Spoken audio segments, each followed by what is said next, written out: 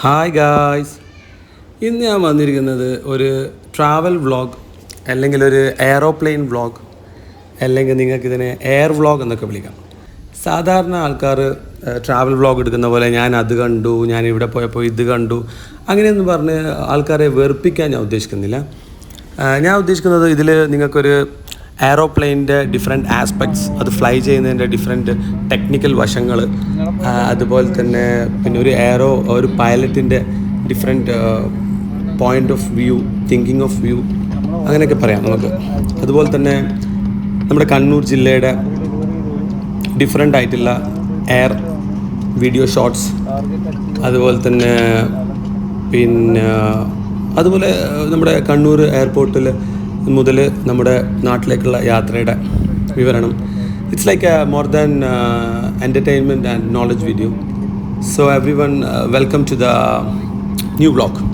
Okay guys, അപ്പോൾ guys ഈ യാത്രയുടെ ഉദ്ദേശം കൂടി പറയാവേ. ഒമാനിൽ ഇപ്പം പൊരിഞ്ഞ ചൂട്, അതായത് ലാസ്റ്റ് വീക്കിൽ 45 ഡിഗ്രി ടു 50 വരെ മുട്ടിയിട്ട് നമ്മളിങ്ങനെ കത്തിക്കൊണ്ട് കാണും. അപ്പോൾ ഞാൻ ലാസ്റ്റ് നാട്ടിൽ പോയിട്ട് വന്നിട്ടിപ്പോൾ മേ ബി 2-3 മന്ത്സായി.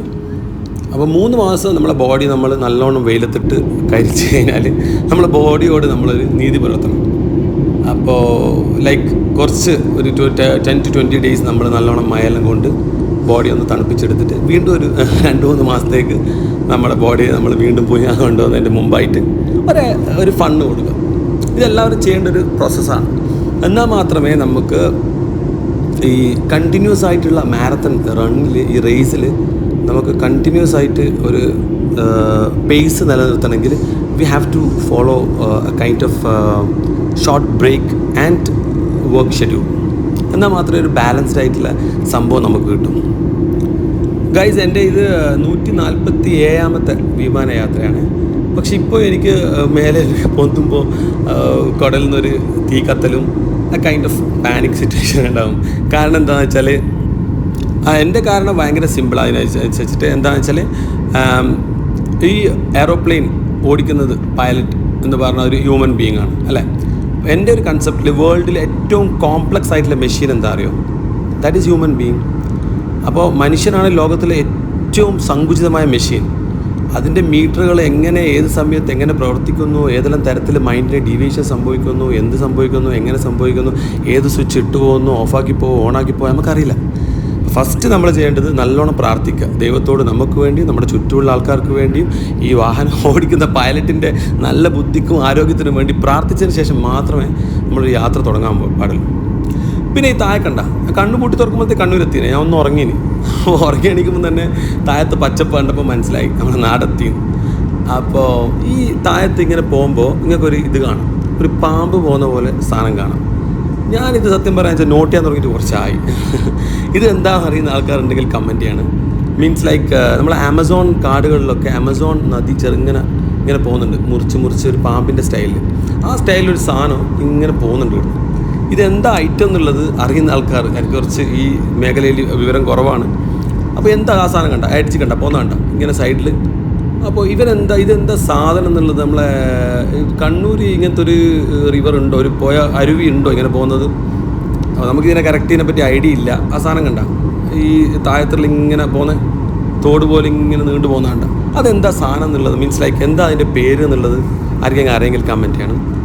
അപ്പോൾ ഏകദേശം സാധനം വിമാനം ഉദ്ദേശിച്ച നമ്മുടെ നാട്ടിലേക്ക് എത്തിയിട്ടുണ്ട്. ഓക്കെ ഗായ്സ്, അപ്പോൾ താഴെ ഒരു ഗ്രൗണ്ട് കാണുന്നുണ്ട്. കണ്ണൂർ സ്റ്റേഡിയം ആയിരിക്കും എന്ന് വിചാരിക്കാം. ഈ സൈഡിൽ പോകുന്നുണ്ട്, ഇവനെയാണ് ഞാൻ പറഞ്ഞത്. ഇതെന്താ സാധനം എന്നുള്ളത് ആർക്കെങ്കിലും ഐഡിയ ഉണ്ടെങ്കിൽ പറയണം. അപ്പോൾ നമ്മളെ കണ്ണൂർ ഇങ്ങനെ ഒരു പോയുള്ളതായിട്ട് എൻ്റെ അറിവിലില്ല. പിന്നെ നമ്മുടെ നാടെത്തിയിരിക്കുകയാണ് ഗായ്സ്. ഈ ഒരു ഹരിതാഭ, ഈ ഒരു ഊഷ്മളത, സത്യം പറയാന്ന് വെച്ചാൽ നമ്മൾ എത്ര കോടികൾ ഉണ്ടാക്കിയിട്ടും ലക്ഷങ്ങൾ ഉണ്ടായിട്ടുമൊക്കെ എന്താ കാര്യം? നമ്മുടെ നാട്ടിലേക്ക് വന്നിറങ്ങുമ്പോൾ ഉള്ള ആ ഒരു സന്തോഷം ഉണ്ടല്ലോ, ആ ഒരു മൊമെൻ്റ് ഉണ്ടല്ലോ, അത് ഭയങ്കര പ്രഷ്യസ് ആണ്. അതിപ്പോൾ നമ്മൾ ഏത് രാജ്യത്ത് പോയി, നമ്മൾ ഏത് രാജാവിനെ പോലെ ജീവിച്ചാലും നമ്മുടെ സ്വന്തം നാട്ടിലേക്ക് വന്ന് ഇറങ്ങുമ്പോൾ ആ ഒരു വൈബ് ഉണ്ടല്ലോ, ആ ഒരു സന്തോഷം, ആ ഒരു ത്രില്ല്, അത് എത്ര പറഞ്ഞാലും ഇറ്റ്സ് ലൈക്ക് അത് നമുക്ക് എക്സ്പ്രസ് ചെയ്യാൻ പറ്റുന്നതിനും അധികമാണ്. നമ്മുടെ ആ ഒരു പച്ചപ്പ്, ആ ഒരു ഹരിതാഭ, ആ ഒരു ഊഷ്മളത, അതിലേക്കുള്ള ഒരു വൈബ് ഒരു രക്ഷയില്ല ഗൈസ്. നമ്മുടെ നാട് വല്ലാണ്ട് മാറിപ്പോയിട്ട. ഒരുപാട് ബിൽഡിങ് ആടി ഈടിയും ചറപ്പറ പൊന്നുന്നുണ്ട്. ഒരു തരത്തിൽ നമ്മുടെ ഈ ഗ്രീനറി നഷ്ടപ്പെടുത്താണ്ട് നോക്കേണ്ടത് നമ്മൾ ഓരോരുത്തരെയും കടമ കൂടിയാണ്. മീൻസ് ലൈക്ക് നമ്മൾ ഏത് ബിൽഡിംഗ് എടുക്കുമ്പോഴും എന്ത് ചെയ്യുമ്പോഴും മാക്സിമം എക്കോ ഫ്രണ്ട്ലി ആയിട്ട് ചെയ്യണം എന്നുള്ളൊരു അഭിപ്രായക്കാരനാണ് ഞാൻ. നമ്മൾ ഈ സാധനം പിന്നെയും വന്നിട്ടുണ്ട്. ഞാനീ പറഞ്ഞ പാമ്പ് ഇങ്ങനെ വന്നിട്ട് സൈഡിലോട്ട് പോകുന്നുണ്ട്. ഓൾറെഡി എത്തിയിട്ടുണ്ട്. ചങ്ങായി ഒരു ലാൻഡ് ചെയ്യുന്നുണ്ട് ഇപ്പോൾ. അതായത് ഇവൻ പണ്ട് പിന്നെ ഫാസ്റ്റ് പാസഞ്ചർ നമ്മളെ മറ്റേ കോഴിക്കോട് കണ്ണൂർ തൃശ്ശൂർ റൂട്ടിൽ മറ്റേ നോൺ സ്റ്റോപ്പ് ബസ് എടുത്തത് തോന്നുന്ന പോലത്തെ ഒരു ബ്രേക്കിംഗ് ചെയ്തത്. അൽഹംദുലില്ലാ ഹൈർ, എന്തായാലും ലാൻഡായി. അൽഹംദുലില്ലാ നല്ല രീതിയിൽ ലാൻഡായി. ചെറിയൊരു വൈബ്രേഷൻ ഷേക്കൊക്കെ ഉണ്ടായിരുന്നു, but it was good.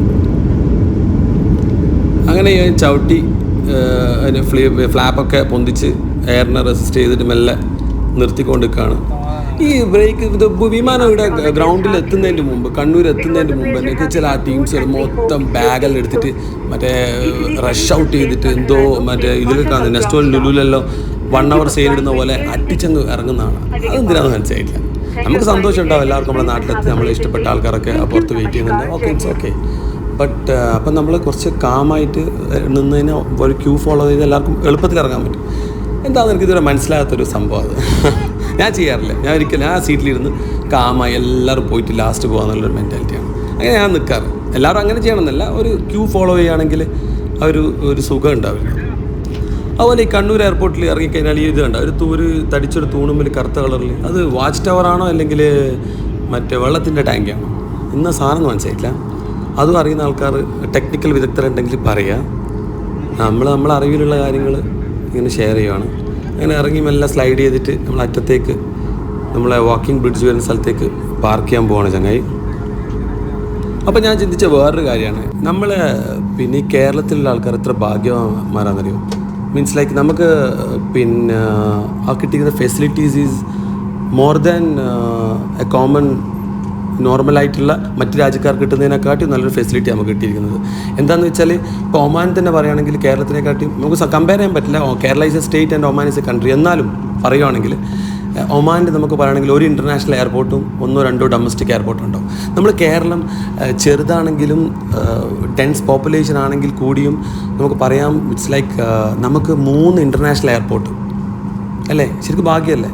Kannur first തന്നെ കൊച്ചിയിലൊന്നുണ്ട്, ട്രിവാൻഡ്രത്തൊന്നുണ്ട്, ഇപ്പോൾ ഇതാ കണ്ണൂർ തുറന്നിട്ട് 3 international airports. Wow, it's actually great. പിന്നെ എടുത്തു വരേണ്ടത് കണ്ണൂർ എയർപോർട്ടിലെ നമ്മുടെ ഒരു സിസ്റ്റമാണ്. വണ്ടി നമ്മൾ ഫ്ലൈറ്റ് ഇറങ്ങിയപ്പം തന്നെ വണ്ടി വന്നു. നമ്മളെ മറ്റേ ലഗേജ് കൊണ്ടുപോകുന്ന വണ്ടി അപ്പം തന്നെ വന്നു, ഒരു ഡിലേയും ഇല്ല. നോർമലി ഇവിടെ ഫ്ലൈറ്റ്സ് വരുന്ന കുറവാണ്, അതുകൊണ്ടായിരിക്കാൻ തോന്നുന്നു. ശരിക്കും പറയാമെന്ന് വെച്ചാൽ ഈ ബാഗുകളുണ്ടല്ലോ, ഓരോരാളുടെ ബാഗ് പോകുന്നത്, അത് ശരിക്കും ഓരോ ബാഗ് എന്ന് പറഞ്ഞാൽ ഓരോ സ്വപ്നങ്ങളാണ്, ഓരോ വീട്ടുകാർ വെയിറ്റ് ചെയ്യുന്ന സ്വപ്നങ്ങളാണത്. എനിക്ക് വേറെ ബാഗും കാര്യങ്ങളൊന്നും ഇല്ലാത്തതുകൊണ്ട് തന്നെ പെട്ടെന്ന് തന്നെ പുറത്തിറങ്ങി ഒരു എയർപോർട്ട് പ്രീപെയ്ഡ് ടാക്സി പൊക്കി ഞാൻ പുറത്തിറങ്ങി. നല്ലൊരു ഫ്രണ്ട്ലി ആയിട്ട് ഡ്രൈവറാണ് കിട്ടിയത്. പുള്ളിയുടെ പേര് ഹരീഷ്. അപ്പോൾ പുള്ളിയോട് ഞാൻ ഇങ്ങനെ പറഞ്ഞു എനിക്ക് പോകേണ്ടത് എടൽപ്പെടിയിലേക്കാന്ന് പറഞ്ഞപ്പോൾ തന്നെ പുള്ളി നേരെ വണ്ടി എടുത്ത് നമ്മളെ ഇവിടുന്ന് ഫസ്റ്റ് റൗണ്ട് അബൌട്ട് ലെഫ്റ്റ് എടുത്ത് എയർപോർട്ടിൽ നിന്ന് പുറത്തേക്ക് ഇറങ്ങി. അപ്പോൾ ചെറിയൊരു മഴ പെയ്തിട്ടൊന്ന് നിന്നിട്ടേ ഉള്ളൂ. It's like time evening around 6 o'clock ആയിട്ടുണ്ട്. But it was good. പുള്ളി നേരെ എയർപോർട്ട് കഴിഞ്ഞപ്പം തന്നെ പിന്നെ അഞ്ചരക്കണ്ടി റോഡ് കയറിയിട്ട് ഒരു ചെറിയൊരു പാരലൽ ബൈപ്പാസ് റോഡ് കയറിയിട്ട് അഞ്ചരക്കണ്ടി ടൗണൊന്നും ടച്ച് ചെയ്യാണ്ട് നേരെ അപ്പുറത്തേക്ക് കൂത്തുപറമ്പ് ഭാഗത്തേക്ക് എത്തുന്ന രീതിയിലാണ് പുള്ളി വണ്ടി എടുത്തത്. സോ റോഡൊക്കെ ഓൾമോസ്റ്റ് കാലിയായിരുന്നു. നമ്മുടെ നാട്ടിലെത്തിയപ്പോൾ ആ ഒരു വൈബ്, ആ ഒരു പച്ചപ്പ്, ഊഷ്മളത, ഹരിതാവ, ഓ മൈ ഗോഡ്, പ്രൈസ്ലെസ്. അതുപോലെ പറയാൻ മറന്നുപോയി, നമ്മളെ എയർപോർട്ടിൽ നിന്ന് കണ്ണൂർ ഇൻ്റർനാഷണൽ എയർപോർട്ടിൽ നിന്ന് എൻ്റെ ഹോം ടൗണായ പിന്നെ എടൽപ്പെടിയിലേക്ക് പോകുമ്പോൾ it's just like they charge only 1,400 rupees. എനിക്ക് തോന്നുന്നു 20 കിലോമീറ്ററിൻ്റെ മേലെ ഉണ്ടാവും. കാരണം എയർപോർട്ടിൽ നിന്ന് കൂത്തുപറമ്പിൽ നിന്ന് പിന്നെ നമ്മുടെ റോഡ് കയറണമെങ്കിൽ അറൗണ്ട് 20 kilometers പ്ലസ് ഉണ്ടാവുന്ന എൻ്റെ ഒരു കണക്ക്. സോ ഡ്രൈവറോട് ഇങ്ങനെ വർത്തമാനം പറഞ്ഞ് നൈസായിട്ട് നമ്മളിങ്ങനെ യാത്ര ചെയ്യാണ്. അപ്പോൾ ഏകദേശം കൂത്തുപറമ്പിലേക്കുള്ള കട്ട് റോഡ് കയറിയിട്ട് നമ്മൾ അങ്ങോട്ടേക്ക് പോയിക്കൊണ്ടിരിക്കുകയാണ്. അപ്പോഴാണ് നമ്മളെ ഡ്രൈവർ ഹരീഷ് പറഞ്ഞത് ഇന്നലെയും മെഞ്ഞാന്നും പൂരിൻ്റെ മഴയായിരുന്നു പോലും, നിലം തൊടാത്ത മഴയായിരുന്നു ഇന്നൊന്ന് നിന്നത്. അപ്പോൾ അതുപോലെ തന്നെ റോഡെല്ലാം കാണുമ്പോൾ തിരിയുന്നുണ്ട്, ലൈക്ക് വാഷ് ഔട്ട് ആയിട്ട് ക്ലീൻ ആൻഡ് ടൈഡി ആയിട്ടുള്ളത്. അപ്പോൾ നമ്മളെ ഡ്രൈവർ പറഞ്ഞത് ഇന്നലെ ഇയാൾ പോകുമ്പോൾ ഇതുപോലെ തന്നെ ഒരു പാർട്ടിയും ഒരാളെയും കൊണ്ട് പോകുമ്പോൾ ജസ്റ്റ് റോഡിൽ നിന്ന് മുമ്പിലുള്ള ഒരു വണ്ടി ഒരാൾ പെട്ടെന്ന് ഇൻഡിക്കേറ്റർ ഒന്നും ഇടാണ്ട് ഒരു സൈഡിലേക്ക് എടുത്തു, അങ്ങനെ ഇയാൾ കൊണ്ടുപോയി അടിച്ചു. അപ്പോൾ ഹരീഷ് ഇങ്ങനെ പറഞ്ഞത്, അതായത് നമ്മുടെ നാട്ടിൽ ശരിക്കും പറയാന്ന് വെച്ചാൽ എല്ലാവർക്കും ഡ്രൈവിംഗ് ക്ലാസ് അത്രയും കൊടുത്തതിന് ശേഷം മാത്രമേ അവർക്ക് ലൈസൻസ് എടുക്കാൻ വിടാറുള്ളൂ. ഓടിക്കാൻ എല്ലാവർക്കും അറിയാം, വണ്ടിയുടെ യന്ത്രങ്ങളുടെ പ്രവർത്തനം എല്ലാവർക്കും അറിയാം, എല്ലാവരും ഓടിക്കും. പക്ഷേ one of the most important thing എന്താണെന്ന് വെച്ചാൽ അവർക്കൊക്കെ ഡ്രൈവിംഗ് ക്ലാസ് മിനിമം ഒരു 50 ഡ്രൈവിംഗ് ക്ലാസ്സെങ്കിലും കൊടുക്കണം. അതായത് മിനിമം മര്യാദകൾ, ഒരു ടേൺ സൈഡിലേക്ക് തിരിയുമ്പോൾ ഇൻഡിക്കേറ്റർ ഇടുക, പിന്നെ ഒരു വണ്ടി കയറ്റം കയറി വരുവാണെങ്കിൽ അവർക്ക് വഴി കൊടുക്കുക, പിന്നെ നമ്മളൊരു ചെറിയ റോഡിൽ നിന്ന് വലിയ റോഡിലേക്ക് കയറുമ്പോൾ മിനിമം സ്റ്റോപ്പ് ആൻഡ് പ്രൊസീഡ്, ഇതൊക്കെ ബേസിക് ആയിട്ടുള്ള കാര്യങ്ങൾ പഠിപ്പിച്ചതിന് ശേഷം മാത്രമേ ആൺകുട്ടികളെയും പെൺകുട്ടികളെയും ആണുങ്ങളെയും പെണ്ണുങ്ങളെയും ഒക്കെ റോഡിലേക്ക് ഇറക്കി വിടാവൂ. അല്ലെങ്കിൽ എന്ന് പറഞ്ഞു കഴിഞ്ഞാൽ നമുക്ക് ലോകത്ത് പിന്നെ ക്യാൻസർ വന്നിട്ട് മരിക്കുന്നതിനെക്കാട്ടും കൂടുതൽ ആൾക്കാർ റോഡിൽ ആക്സിഡൻ്റ് ആയിട്ടാണ് മരിക്കുന്നത്. അത് നമ്മൾ മനസ്സിലാക്കണം. അങ്ങനെ നമ്മൾ യാത്ര ചെയ്ത് എത്തിയിരിക്കുകയാണ് ഗൈസ്. നമ്മളെ അടുത്ത് ഏകദേശം സ്ഥലം പറയുകയാണെങ്കിൽ പിന്നെ മൂലക്കടവ് റോഡിലേക്ക് കയറാൻ പോവാണ്. ചെമ്പാട്ട് നമ്മൾ 5-ാം മൈലിൽ നിന്ന് ഷോർട്ട് കട്ട് ഇട്ട് 6-ാം മൈലിൽ നിന്ന് 5-ാം മൈലിൽ നിന്ന് ഷോർട്ട് കട്ട് ഇട്ടിട്ട് കയറിയിട്ട് ഡയമണ്ട് മുക്കെല്ലാം കഴിഞ്ഞ് നമ്മളിവിടെ മൂലക്കടവ് റോഡിലേക്ക് കയറിയിട്ട് ഇപ്പം നമ്മൾ ഏകദേശം കോപ്പാലത്തിൻ്റെ അടുത്തെത്തിയിട്ടുണ്ട്. ഇവിടെ ചെറിയൊരു ക്രൗഡ് ഉണ്ടാവും. ഇത് നമ്മുടെ നാഷണൽ ഏറ്റവും കൂടുതൽ ബാറുകൾ നമ്മളുള്ളത് ഇപ്പോൾ പോണ്ടിച്ചേരിയിലാണ്. ആക്ച്വലി ടെക്നിക്കലി പറയുകയാണെങ്കിൽ യൂണിയൻ ടെറിട്ടറിയിലാണ്. ഇവിടെയാണ് ഏറ്റവും കൂടുതൽ നമ്മുടെ ഏരിയയിൽ ബാറുകൾ പ്രവർത്തിക്കുന്നത്. അതിൻ്റെ ഒരു റഷാണ് ഇവിടെ. അങ്ങനെ വിട്ടിട്ട് ഇവിടം വരെ എവിടെയും ബ്ലോക്കില്ലായിരുന്നു. ഇവിടെ മാത്രം പറഞ്ഞ പോലെ എൻട്രി ആൻഡ് എക്സിറ്റ് ഉണ്ടല്ലോ, അപ്പോൾ നിങ്ങൾക്ക് കാണാം റൈറ്റ് സൈഡിലും ലെഫ്റ്റ് സൈഡിലും ഒരുപാട് wine centres and distributing outlets. അപ്പോൾ ഈ ജംഗ്ഷൻ കഴിഞ്ഞിട്ട് അറൗണ്ട് 2 കിലോമീറ്റേഴ്സ് മുമ്പോട്ട് എടുത്തതിന് നമ്മൾ നടത്തി.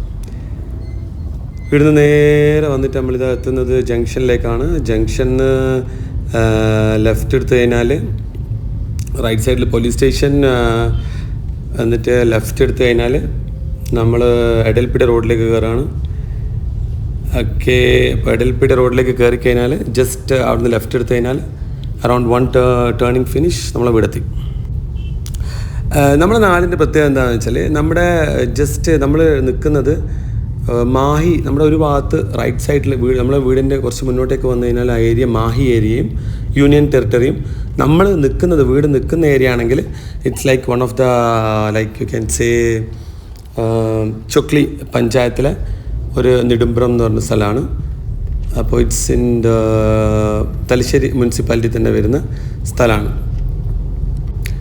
അപ്പോൾ ഈ റൈറ്റ് സൈഡും ലെഫ്റ്റ് സൈഡും കാണുന്നതാണ് പെട്രോൾ സ്റ്റേഷൻസ്. ഇതാണ് നമ്മുടെ മാഹിയിൽ അല്ലെങ്കിൽ പന്തക്കലെ പെട്രോൾ സ്റ്റേഷൻസ്. ഇവിടെയും നല്ല ബിസി ആയിരിക്കും, കാരണം ഇൻ ആൻഡ് അറൗണ്ട് സിറ്റീസിലുള്ള ആൾക്കാരൊക്കെ, കേരളത്തിലുള്ള ആൾക്കാരൊക്കെ ഇവിടെ വന്നിട്ടാണ് പെട്രോൾ ഫില്ല് ചെയ്യുന്നത്. ഓക്കെ ഗായ്സ്, അങ്ങനെ നമ്മളെ കൊട്ടാരത്തിൽ എത്തിയിരിക്കുകയാണ്.